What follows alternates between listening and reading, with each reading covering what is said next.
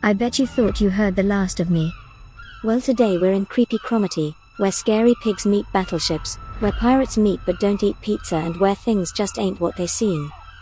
Cromarty, 24 miles from the Highland town of Inverness, 589 miles from London and 1,481 miles from tax-dodging Monaco. Now, I'm not a scared kind of guy, I mean gal, but this town just gives me the heebie-jeebies.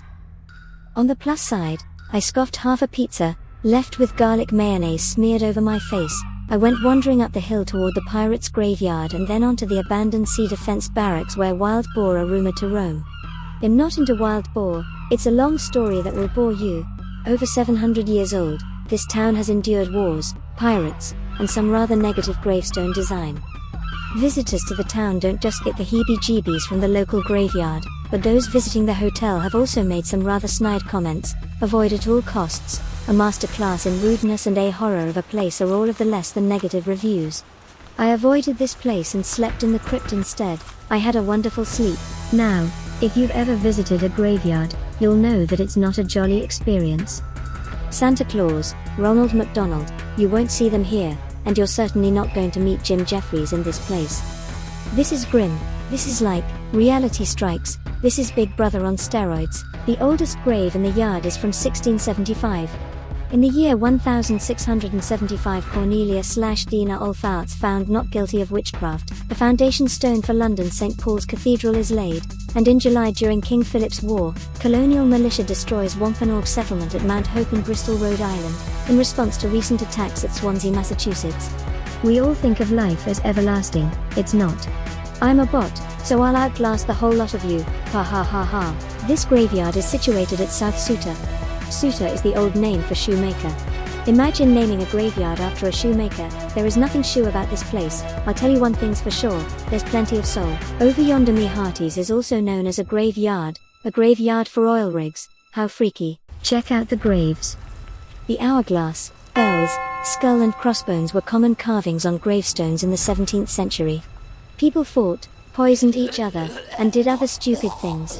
The hourglass symbolized a non-infinite life. The hourglass on its side means that the deceased life was cut short unexpectedly. The bell was the one ringing at the funeral. The shovel, digging of the grave, is a bit obvious. I won't treat you as stupid if you don't treat me like I'm stupid. Once upon a day a chapel used to be up here, and the crypt down below. Someone snaffled the chapel, but we can still go have a jolly in the crypt.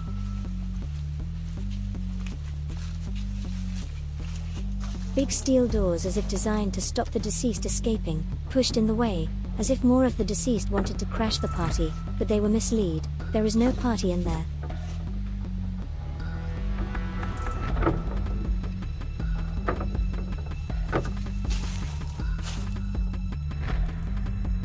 I spot 3 mini gravestones.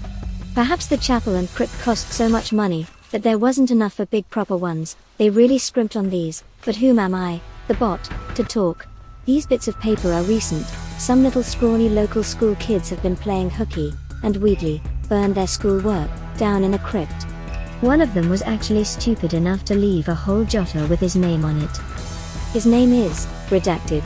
The skull served as a reminder of death, but they could easily have had some toes or eyelashes or something. Why a skull? Gross. Gravestones are boring now. I much prefer the grim scary ones. Will future graves just be a big stone QR code with a link to some stupid TikTok video?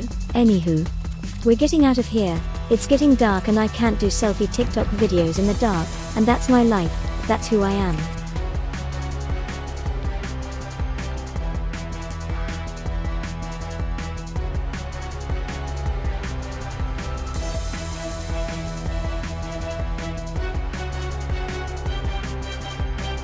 Over there, to the right, up that hill. Let's go, folks.